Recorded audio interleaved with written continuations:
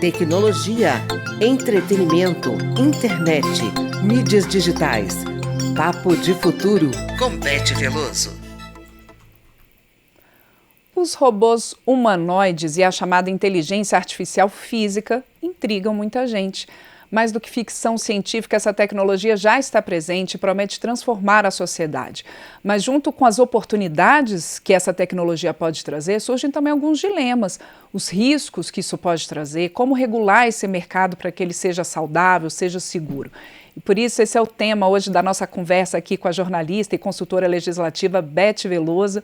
Beth, muito bom dia. Esse tema intriga realmente muita gente. Lembra um pouco a época dos Jetsons, aquele robozinho que ajudava ali nas tarefas. É mais ou menos isso, mas nem tanto, né? Bom dia. Bom dia, Ana Raquel. Uma delícia de programa falar sobre robôs humanoides e a gente brincar um pouco com a nossa fantasia. E a gente pensa mesmo em ficção. Só que a lógica, na verdade, é muito mais concreta, muito mais material do que a gente imagina, né? Então, a gente contar, por exemplo, que os robôs já funcionam, já estão na nossa vida e fazem parte, inclusive, da nossa rotina, é muito interessante. E para isso eu fui buscar o especialista TED Talk, Marcel Nobre. Ele trata de tecnologia e trata também de inovação. E é o que ele informa. A gente já convive com robôs há muito tempo, né, Ana Raquel? Aspiradores, Alexa, essa assistente virtual e tantos outros também, como a Alexa. O mundo ele foi construído para humanos. E às vezes a gente não percebe porque, por isso, os robôs, que é o tema desse programa, acabam sendo humanoides, ou seja, a gente tenta emular um pouco a ação humana de uma forma automatizada, de uma forma mecanizada também, para que esses robôs que estão sendo criados para trazer inovação, para facilitar a nossa vida, para melhorar a nossa qualidade de vida, se adaptem melhor ao meio ambiente. E que, portanto, como é que funcionam esses robôs, basicamente, segundo o Marcel? Bom, sensores, gente, são sensores, eles já têm comandos e eles aprendem por reforço no treinamento. Assim como nós fazemos na escolinha desde o começo. A gente também aprende como humanos por reforço. Isso não significa, por exemplo, eu acho que esse é um dos pontos que a gente vai trazer no programa, que os robôs do futuro serão somente robôs humanoides, né? Porque esse formato, essa forma que eles adquirem hoje, apenas facilita uma adaptação do nosso uso dessas máquinas para o nosso cotidiano. Agora, Beth, assim, você falou da ficção científica, não tem como a gente não lembrar de filmes e de referências da cultura pop, como, sei lá, o Exterminador do Futuro, aquele robô que vem, que pode se voltar contra nós. O que, por exemplo, a gente pode falar, e nessas pesquisas você traz para a gente as 3 leis da robótica do Asimov, mas como é que isso faz sentido hoje? O problema está no robô ou está em quem programa o robô, quem usa o robô? Tem esse risco deles se voltarem realmente contra nós? Ana Raquel, primeiro a gente tem que começar a entender essas leis que você falou da robótica do Asimov, né? A gente chama de 3 leis do Asimov. Elas não trazem apenas princípios éticos, mas elas também não respondem todas as questões, que é o que você está me perguntando. Em primeiro lugar, a primeira lei é: o robô não pode ferir um ser humano ou permitir que ele sofra nenhum tipo de dano. Imaginemos então que duas pessoas estão num litígio ali, numa luta, né, física, numa luta corporal. Essa é uma primeira pergunta que eu deixo. A segunda lei é que o robô deve obedecer às ordens humanas, ao menos entre os conflitos, né, como se mostra na primeira lei, que possam levar a um dano físico. E a terceira é que o robô deve proteger a sua própria existência, desde que não viole as 2 leis anteriores. Teoricamente, a gente deveria se sentir confortável, né? Que isso vai acontecer o tempo todo, que isso vai ser feito. A não ser que a gente tenha realmente 2 pessoas que estão ali em risco, qual delas que o robô vai escolher. E isso está relacionado também, né, a como que os robôs têm esse formato e isso acaba aumentando a nossa insegurança. Por exemplo, a gente vê muito nas imagens de guerra robôs que têm o formato de um cachorro que carregam armas. Na verdade, eles são armas, os robôs são armas, são formato de cachorro. A ameaça maior é a manipulação, portanto, humana. E acho que esse é o grande alerta, né? Robô, seja ele humanoide ou não, a grande ameaça que a gente tem é o seu uso bélico, é o seu uso para matar. Além disso, a gente tem uma diferença cultural muito grande do imaginário do que o robô, de qual papel que ele pode representar na nossa vida. Por exemplo, no Ocidente, a gente tem uma visão mais distópica, como, por exemplo, você citou, né, do Exterminador do Futuro. Então, o robô, em algum momento, ele vai nos atacar. No Oriente, os robôs são mais vistos como aliados. E esse ponto que você trouxe é muito importante, né? Como é que a gente vai lidar com tarefas repetitivas, perigosas, como uma mineração, para, no caso, a gente incorporar o robô na nossa vida? Porque a gente pode falar, vamos tirar os robôs, então, do nosso universo.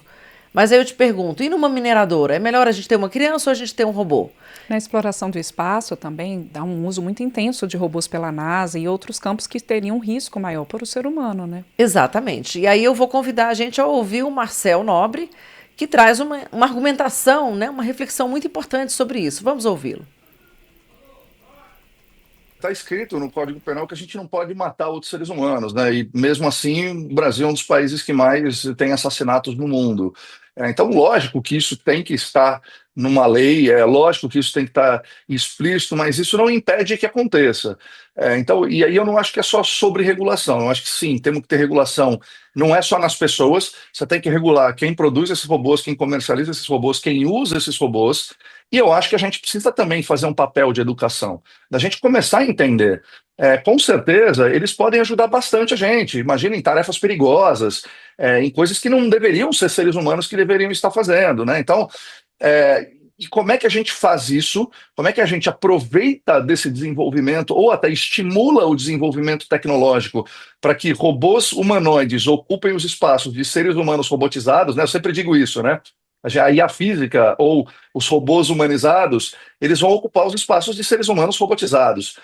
Como é que a gente faz para que essa transição aconteça, que a gente estimule isso, inclusive que a gente estimule a ciência e a produção tecnológica local aqui no Brasil?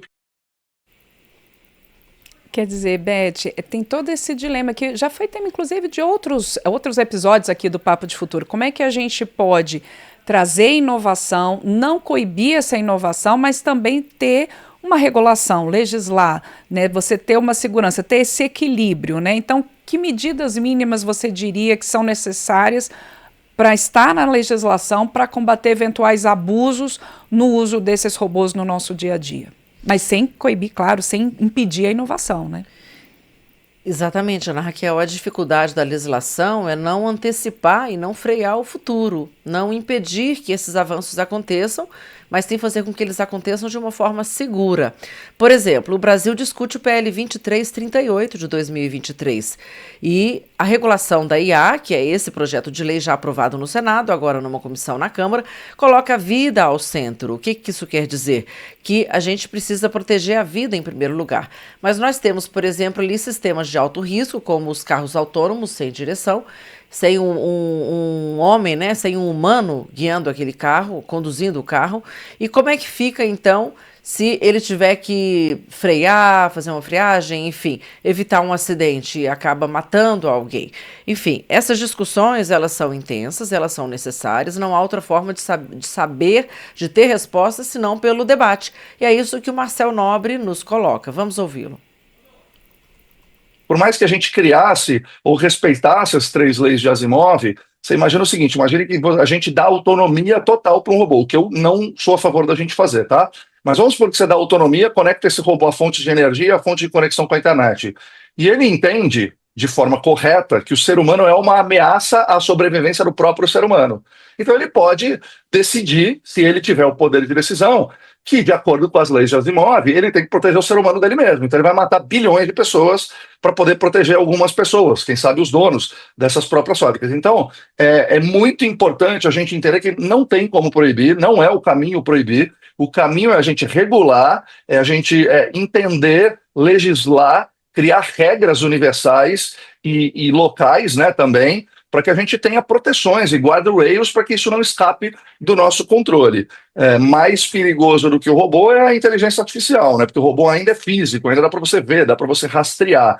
A inteligência artificial dentro de uma dark web ou dentro de um servidor oculto, alguma coisa assim, já fica muito mais difícil. Beth, a gente conversando aqui sobre esse episódio, né? Você trouxe um dado de que até 2030 você prevê que robôs humanoides aqui entre nós, né? Que eles já estejam nas casas fazendo parte do nosso dia a dia. É logo ali, né? A gente está quase o fim de 2025. Mas que legado, então, positivo, né? Assim, a partir dessa discussão, até da conversa com o Marcel Nobre, e nas discussões que vocês têm, que legado a gente pode trazer, o que precisa ser garantido para que essa revolução seja, de fato, a serviço, que ela esteja a serviço da humanidade, de nós, humanos. Conforme colocou o Marcel, os robôs humanoides vão ocupar os espaços de seres humanos robotizados. O que isso quer dizer? Pessoas que fazem tarefas repetitivas todo o tempo. A maior parte dos trabalhos hoje se constitui de tarefas bastante repetitivas. E eles podem ajudar em tarefas perigosas, né? Tarefas que precisam realmente ter uma intervenção maior, um cuidado maior. Mas essa regulação ela vai ser feita por camada, como diz o especialista, né? Primeiro, qual é o nível de autonomia que um robô precisa ter e nunca uma autonomia total. Em segundo lugar, qual é o nível de risco que uma inteligência artificial, que não tem o formato de robô, pode ter, porque também ela pode representar um risco enorme para a vida humana. Por isso, essa regulação em camadas prevê leis que não proíbam usos, leis que proíbam usos nocivos, regras para indústrias que produzem esse tipo de tecnologia, educação para a sociedade conviver com essa nova realidade. Eu acho que isso é o importante.